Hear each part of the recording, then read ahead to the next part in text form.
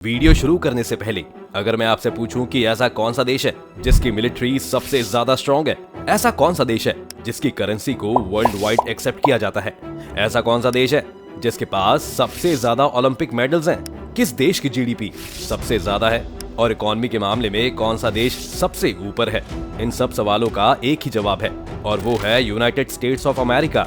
आज के समय में हर कोई अमेरिका से अच्छे रिश्ते बनाकर चलना चाहता है, कोई भी अमेरिका से दुश्मनी मोल लेना नहीं चाहता क्योंकि अमेरिका को आज सबसे ताकतवर देश माना जाता है। पर क्या आपने कभी सोचा है कि ऐसा क्यों है?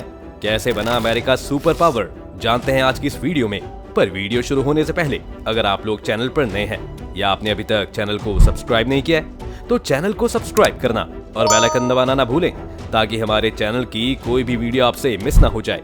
अमेरिका का इतिहास। पुर्तगाल का प्रिंस हेनरी, जिसे प्रिंस हेनरी द नेविगेटर के नाम से भी जाना जाता है, वो पूरी दुनिया में नई नई जगहों को खोजना चाहता था। उसने दुनिया में समुद्र के रास्ते नई जगहों की खोज में आने वाली हर प्रॉब्लम को दूर करने के लिए स्कूल ऑफ नेविगेशन की स्थापना की। वो पूरी दुनिया का नक्शा बना रहा था और हर उस जगह पर पहुंचना चाहता था जहां तक अभी कोई नहीं पहुंच पाया था। इसके लिए उसने ऐसी शिप्स तैयार करवाई जो समुद्र में तेज हवाओं और तूफानों का सामना कर सकती थी। उसके लोगों ने अफ्रीका के वेस्ट कोस्ट को खोज निकाला था, लेकिन 1460 में हेनरी की मृत्यु हो गई और उसके द्वारा शुरू किया गया खोज का अभियान अभी चल रहा था। पुर्तगाली दक्षिण की ओर आगे बढ़ रहे थे जबकि क्रिस्टोफर कोलंबस पश्चिम में भारत की ओर आगे बढ़ने लगे। कोलंबस को पुर्तगालियों से सहयोग नहीं मिला, लेकिन स्पेन के किंग फर्डिनेंड और क्वीन इसाबेल ने कोलंबस की इस खोज का समर्थन किया। 1492 तक अमेरिका को पूरी दुनिया नहीं जानती थी। 1492 में जब क्रिस्टोफर कोलंबस, जो कि समुद्र के रास्ते भारत की खोज पर निकला, भारत तो नहीं पहुंच पाया पर वो एक नई जगह पर पहुंच चुका था जो कि आज का अमेरिका है। कोलंबस उस समय एक द्वीप पर पहुंचा जहां उसको लगा कि वो भारत के किसी द्वीप पर पहुंच गया है। उन द्वीपों पर उसे लाल रंग के आदिवासी मिले। इन आदिवासियों को कोलंबस ने नाम दिया था रेड इंडियन। इन्हीं रेड इंडियंस को अमेरिका का मूल निवासी माना जाता है और यही रेड इंडियंस आगे चलकर अमेरिडियंस कहलाए। कोलंबस ने अमेरिका को खोज लिया था और उसे इस खोज के लिए स्पेन के राजा ने धन दिया था। इसने अमेरिका के कुछ हिस्सों पर सबसे पहले स्पेन ने अपना अधिकार कर लिया। धीरे धीरे यूरोप के दूसरे बड़े देश जैसे कि फ्रांस और ब्रिटेन भी अमेरिका को हथियाने की दौड़ में कूद पड़े। इस तरह सन 1700 तक स्पेन, फ्रांस और ब्रिटेन ने अमेरिका के बहुत से हिस्सों पर अपना अधिकार कर लिया। अमेरिका में अमेरिका के मूल निवासियों के साथ साथ अब यूरोप के प्रताड़ित होने वाले लोग भी आकर बसने लगे थे जो एक अलग तरह का समाज बनाना चाहते थे जिसमें सभी लोग एक समान हो। ब्रिटेन उस समय पूरी दुनिया में एक बड़ी ताकत के रूप में उभर रहा था। ब्रिटिशर्स ने उस समय अमेरिका के बड़े छोर पर एक बड़े भाग पर अपनी 13 कॉलोनियां बसा ली थी। वहीं स्पेन और फ्रांस ने भी अमेरिका और आज के कनाडा के एक बड़े हिस्से पर अधिकार कर लिया था। अमेरिका में क्रांति की शुरुआत उस समय हुई जब ब्रिटिशर्स ने अपनी कॉलोनियों में बहुत से दमनकारी कानून लागू करने शुरू कर दिए। ब्रिटेन ने व्यापार पर भी ज्यादा से ज्यादा अधिकार करना चाहा और उन कॉलोनीज पर व्यापार को लेकर बहुत से प्रतिबंध लगा दिए, जैसे कि सारा व्यापार ब्रिटेन के रास्ते से ही किया जाएगा और व्यापारियों को ज्यादा टैक्स देना होगा। कुछ सामान का व्यापार केवल ब्रिटेन के रास्ते ही किया जा सकेगा और इन सभी कानूनों और बंदिशों की वजह से अमेरिका में सभी कॉलोनीज ने ब्रिटिश सरकार के खिलाफ विद्रोह कर दिया था। काफी लंबे समय तक इस विद्रोह को टाला जा रहा था, लेकिन जब फ्रांस और ब्रिटेन ने 7 इयर्स वॉर में ब्रिटेन की जीत हुई तब अमेरिका से फ्रांस का लगभग सफाया हो गया। इसके बाद सरकार ने कॉलोनीज पर टैक्स को और भी बढ़ा दिया, जिसके बाद सभी कॉलोनीज साथ आई और 1765 में अमेरिका में क्रांति शुरू हो गई। इसके बाद 1775 में अमेरिका में पूर्ण आजादी की मांग शुरू हो गई, जिसे अमेरिकन वॉर ऑफ इंडिपेंडेंस कहते हैं। इस लड़ाई में फ्रांस ने अमेरिकन का साथ दिया था, जिसके बाद 1781 में जनरल कॉर्नवालिस ने यॉर्कटाउन में सरेंडर कर दिया। 1783 में ट्रीटी ऑफ पेरिस के साथ आधिकारिक रूप से युद्ध समाप्ति की घोषणा हो गई। अमेरिका की इन कॉलोनीज को लीड करने वाले जनरल जॉर्ज वॉशिंगटन 1788 में संविधान के लागू होने के बाद अमेरिका के पहले राष्ट्रपति बने। अमेरिका का संविधान विश्व का पहला लिखित संविधान बना। 4 जुलाई 1976 को स्वतंत्रता के घोषणा पत्र में थॉमस पेन के द्वारा सुझाया गया नाम संयुक्त राज्य अमेरिका आधिकारिक रूप से शामिल किया गया था। अमेरिका अब आजाद हो चुका था और एक नई उड़ान भरने के लिए पूरी तरह से तैयार था। कैसे बना अमेरिका एक सुपर पावर? आइए अब आपको बताते हैं कि कैसे अमेरिका बना एक सुपर पावर देश। नंबर 1, अमेरिका स्पेन युद्ध। स्पेनिश अमेरिकी युद्ध 1898 में संयुक्त राज्य अमेरिका और स्पेन के बीच लड़ा गया था। ये युद्ध क्यूबा की स्वतंत्रता पर बड़े पैमाने पर लड़ा गया था। यह युद्ध 25 अप्रैल 1898 को शुरू हुआ, जब अमेरिका ने स्पेन पर युद्ध की घोषणा की, और लड़ाई 3.5 महीने के बाद 12 अगस्त 1898 को अमेरिकी जीत के साथ खत्म हुई। 1898 में जब क्यूबा के हालात बिगड़े तो राष्ट्रपति विलियम मैकिनले ने अमेरिकन वॉरशिप को मेन क्यूबा में भेजा, अमेरिकी नागरिकों और उनके हितों की रक्षा में मदद करने के लिए। 15 फरवरी 1898 को अमेरिका में एक बड़ा विस्फोट हुआ। हालांकि किसी को यकीन नहीं था कि इस विस्फोट का कारण क्या है, और कई अमेरिकियों ने स्पेन को दोषी ठहराया। अब राष्ट्रपति मैकिनले ने कुछ महीनों के लिए युद्ध में जाने का विरोध किया, लेकिन आखिर में काम करने के लिए पब्लिक प्रेशर बहुत ज्यादा हो गया था। 25 अप्रैल 1898 को संयुक्त राज्य अमेरिका ने स्पेन पर युद्ध की घोषणा की और स्पेनिश अमेरिकी युद्ध शुरू हो गया था। संयुक्त राज्य अमेरिका की पहली कार्रवाई फिलीपींस में स्पेनिश युद्धपोतों पर हमला करने के लिए थी, ताकि उन्हें क्यूबा जाने से रोका जा सके। 1 मई 1898 को मनीला खाड़ी का युद्ध हुआ और कमांडर जॉर्ज डेवी के नेतृत्व वाले अमेरिकी नौसेना ने स्पेनिश नौसेना को पूरी तरह हराया और फिलीपींस को अपने कंट्रोल में ले लिया। युद्ध में लड़ने के लिए सैनिकों को लाने के लिए संयुक्त राज्य अमेरिका की जरूरत थी। वॉलंटियर्स के एक समूह ने काउबॉय, रैंकर और बाहरी लोग शामिल थे। अमेरिकी सेना क्यूबा पहुंची और स्पेनिश सेना से लड़ने लगी। इस लड़ाई में सैन जुआन हिल पर एक छोटे से स्पेनिश बल ने आगे बढ़ने से बहुत बड़ा अमेरिकी बल पकड़ लिया। कई अमेरिकी सैनिकों को पहाड़ी पर ले जाने की कोशिशों में बंद कर दिया गया था। सैन जुआन हिल की लड़ाई के बाद अमेरिकी सेनाएं सैंटियागो शहर में चली गई थी। जमीन पर सैनिकों ने शहर की घेराबंदी शुरू कर दी, जबकि अमेरिकी नौसेना ने सैंटियागो की लड़ाई में टच से दूर स्पेनिश युद्धपोतों को नष्ट कर दिया था। सैंटियागो में स्पेन सेना ने 17 जुलाई को आत्मसमर्पण किया और स्पेनिश सेनाओं को हराने के साथ दोनों पक्ष 12 अगस्त 1898 को लड़ाई को बंद करने पर सहमत हुए। औपचारिक शांति संधि पेरिस की संधि पर 19 दिसंबर 1898 को हस्ताक्षर किए गए। संधि के हिस्से के रूप में क्यूबा ने अपनी आजादी हासिल की। इस जीत के बाद स्पेन ने अमेरिका को प्योर्टो रिको और प्रशांत महासागर का एक द्वीप फिलीपींस सौंप दिया। इसके बाद से अमेरिका सुपर पावर देश कहलाने लगा। प्रथम विश्व युद्ध और द्वितीय विश्व युद्ध में भी अमेरिका की अहम भूमिका रही। World war 1 and world war 2, world war first और वर्ल्ड वॉर सेकंड ने अमेरिका को महाशक्ति बनने में मदद करने में महत्वपूर्ण भूमिका निभाई। प्रथम विश्व युद्ध के दौरान अमेरिका शुरू में न्यूट्रल रहा, लेकिन आखिर में उसने 1917 में मित्र राष्ट्रों की ओर से वॉर में एंटर किया। युद्ध के दौरान देश की इकोनॉमी में भी उछाल आया, क्योंकि सरकार ने हथियारों के प्रोडक्शन और युद्ध से जुड़े हुए दूसरी इंडस्ट्रीज में भारी इन्वेस्ट किया था। सुपर पावर के रूप में अमेरिका के उदय पर द्वितीय विश्व युद्ध का और भी ज्यादा प्रभाव पड़ा था। 1941 में पियरल हार्बर पर हमले के बाद देश ने युद्ध में प्रवेश किया और इसके इकोनॉमिक और मिलिट्री रिसोर्सेस ने मित्र राष्ट्रों के पक्ष में वॉर को मोड़ने में मदद की थी। युद्ध में अमेरिका की भागीदारी ने सैन्य खर्च में भारी खर्चा किया, जिससे देश की अर्थव्यवस्था को बढ़ावा देने और नई नौकरियां पैदा करने में मदद मिली। इसके अलावा युद्ध के दौरान देश के रिसर्च और डेवलपमेंट ने कई तकनीकी प्रगति की, विशेष रूप से हथियारों और कम्युनिकेशन के क्षेत्रों में। इसके अलावा द्वितीय विश्व युद्ध में देश की जीत ने एक महाशक्ति के रूप में अपनी स्थिति को मजबूत किया और संयुक्त राज्य अमेरिका को दुनिया में प्रमुख सैन्य, राजनीतिक और आर्थिक शक्ति के रूप में स्थापित किया। यूरोप और जापान के युद्ध के बाद के पूर्ण निर्माण में एक नेता के रूप में देश की भूमिका और संयुक्त राष्ट्र के गठन में इसके नेतृत्व ने एक महाशक्ति के रूप में अपनी स्थिति को और मजबूत किया।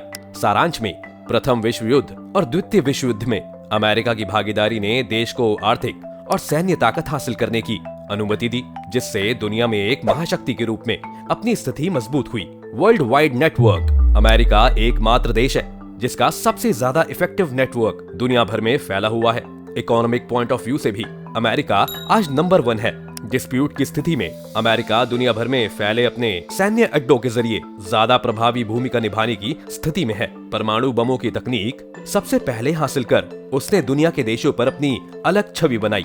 आज भी दुनिया के सभी विवादित मुद्दों पर अमेरिका हावी है और उसकी सहमति के बिना किसी भी समस्या का समाधान संभव नहीं है। चाहे अफगानिस्तान, उत्तर कोरिया, ईरान, पाकिस्तान, आतंकवाद, सीरिया, दक्षिण चीन सागर, इन सब में से कोई भी क्यों न हो, अमेरिका हर जगह हावी दिखाई देता है। हालांकि पिछले कुछ सालों में चीन और रूस ने उसे एक नए सिरे से चुनौती देने की कोशिश की है। ग्लोबल थिंकिंग कहा जाता है कि अमेरिका का हर राष्ट्रपति अपने देश के बारे में 50 साल आगे की सोचता है ताकि उसकी ऑफस्प्रिंग सेफ रह सके। इसका उल्लेख फारेड जकरिया की book from wealth to power में भी मिलता है। जकारिया अपनी पुस्तक में लिखते हैं कि अमेरिकन लीडरशिप दूरदर्शी सोच रखता है। वो वैश्विक व्यवस्था को लीड करने की सोच पर आधारित है। 1776 में आजादी के बाद उसने अपनी अर्थव्यवस्था का तेजी से विस्तार किया है। दुनिया को बेहतर नेतृत्व देने के लिए उसने प्रेसिडेंशियल सिस्टम को अपनाया। ये अमेरिकी विस्तारवादी सोच के सबसे ज्यादा अनुकूल है। वहाँ की अध्यक्षीय शासन व्यवस्था अमेरिकी राष्ट्रपति को अंतर्राष्ट्रीय मसलों पर अहम निर्णय लेने के सक्षम बनाता है।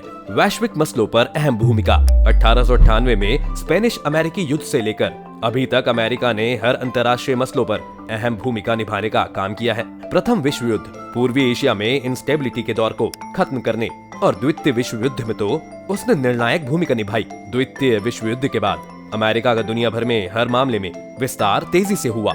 उसने ब्रिटेन वुड्स सिस्टम के तहत दुनिया की अर्थव्यवस्था को एक दूसरे से जोड़ने का काम किया। शीत युद्ध के काल में उसने रूस के खिलाफ नॉन वॉर अलायंस नाटो को स्थापित किया।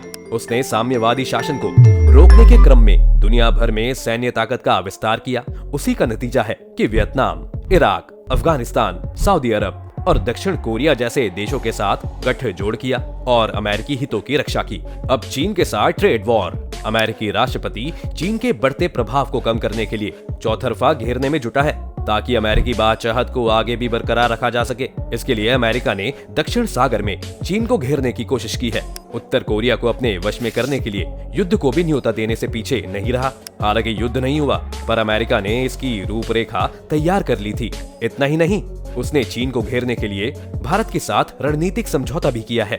चीन के साथ ट्रंप ने ट्रेड वॉर की भी घोषणा कर दी है। चीनी उत्पादों पर ज्यादा शुल्क लगा दिया है। ट्रेड वॉर में भी अमेरिका के जीत की उम्मीद ज्यादा है। इकोनॉमिस्ट्स का कहना है कि ट्रेड वॉर में हमेशा उस देश को ज्यादा नुकसान होता है जिसके पक्ष में ट्रेड हो। अमेरिका और चीन के बीच ट्रेड का बैलेंस चीन के पक्ष में है। इकोनॉमिक ग्रोथ और इंडस्ट्रियलाइजेशन 19वीं सदी के अंत और 20वीं सदी की शुरुआत में औद्योगिकरण और बड़े बिजनेस के उदय से अमेरिका की अर्थव्यवस्था तेजी से बढ़ी। इस आर्थिक विकास ने अमेरिका को वस्तुओं और सेवाओं का दुनिया का लीडिंग प्रोड्यूसर बनने में मदद की और इसके परिणाम स्वरूप देश की वेल्थ और शक्ति में वृद्धि हुई। Military strength. अमेरिका की सेना हमेशा दुनिया में सबसे मजबूत सेना में से एक रही है और इसने द्वितीय विश्व युद्ध और शीत युद्ध में महत्वपूर्ण भूमिका निभाई थी।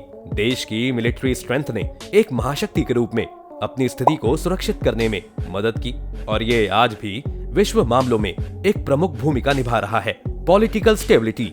अमेरिका में पॉलिटिकल स्टेबिलिटी की एक लंबी परंपरा रही है जिसने देश को कई दशकों तक एक महाशक्ति के रूप में अपनी स्थिति बनाए रखने में मदद की है। इस स्थिरता ने देश को राजनीतिक उथल पुथल या गृहयुद्ध से डिस्ट्रैक्ट हुए बिना इकोनॉमिक और मिलिट्री डेवलपमेंट पर ध्यान केंद्रित करने की अनुमति दी है। Innovation and technological advancement. America technological advancement में हमेशा सबसे आगे रहा है और इसके इनोवेशन ने देश की आर्थिक और सैन्य सफलता में एक प्रमुख भूमिका निभाई है।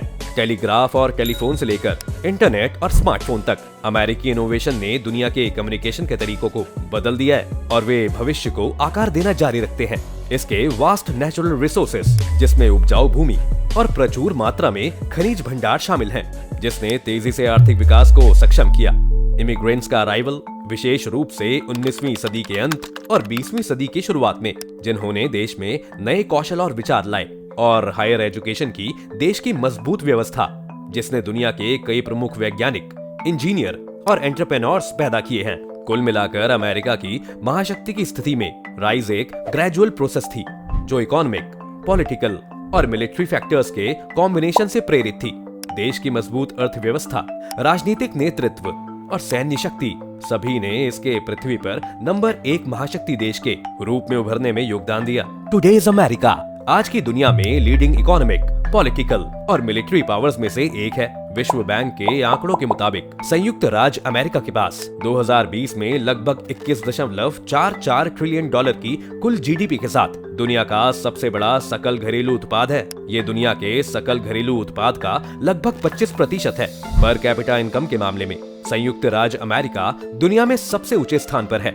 इंटरनेशनल मॉनेटरी फंड के आंकड़ों के मुताबिक संयुक्त राज्य अमेरिका की 2020 में पर कैपिटा इनकम $65,111 है, जो दुनिया में सबसे ज्यादा है। यूनाइटेड नेशंस डेवलपमेंट प्रोग्राम के आंकड़ों के अनुसार संयुक्त राज्य में लिटरेसी रेट भी रिलेटिवली हाई है।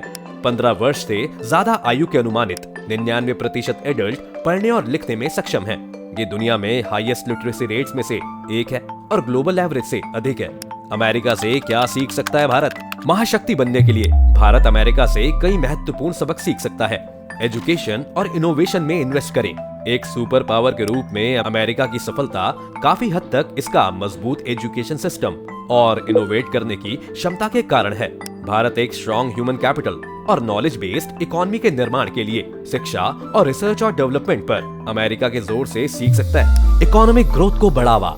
अमेरिका की economic growth free market policies, entrepreneurship और बुनियादी ढांचे में सरकारी निवेश के कॉम्बिनेशन से संचालित हुई है। भारत आर्थिक विकास के लिए अमेरिका के दृष्टिकोण से सीख सकता है और एक स्ट्रॉन्ग मैन्युफैक्चरिंग बेस और बढ़ते मिडिल क्लास के निर्माण पर ध्यान केंद्रित कर सकता है। अपनी सेना को मजबूत करें।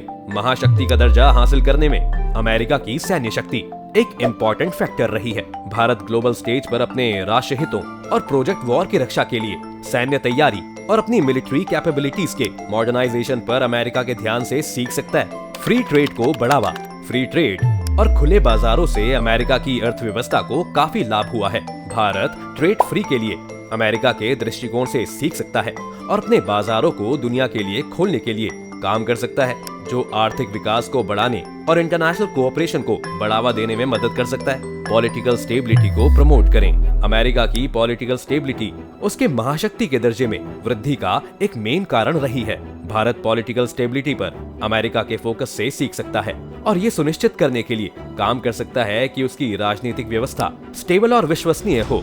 सामाजिक और सांस्कृतिक इंटीग्रेशन पर जोर। अमेरिका के विविध समाज और कल्चर इंटीग्रेशन ने एक मजबूत राष्ट्र के निर्माण में मदद की। भारत अमेरिका के सामाजिक और कल्चरल इंटीग्रेशन के दृष्टिकोण से सीख सकता है और एक जुड़े हुए समाज को बनाने के लिए काम कर सकता है। आखिरकार महाशक्ति बनना एक लॉन्ग टर्म प्रोसेस है, जिसके लिए समय के साथ कंसिस्टेंट रहने की जरूरत होती है। भारत अमेरिका के अनुभव से सीख सकता है और एक महाशक्ति बनने के लिए एक मजबूत अर्थव्यवस्था, सैन्य और राजनीतिक व्यवस्था के निर्माण पर ध्यान केंद्रित कर सकता है। तो दोस्तों, आज की वीडियो में बस इतना ही। उम्मीद है आपको आज की इस वीडियो से काफी कुछ नया सीखने को मिला होगा। अगर आपको ये वीडियो पसंद आई हो तो वीडियो को लाइक करें और अगर आप चैनल पर नए हैं तो जाने से पहले चैनल को सब्सक्राइब करना ना भूलें।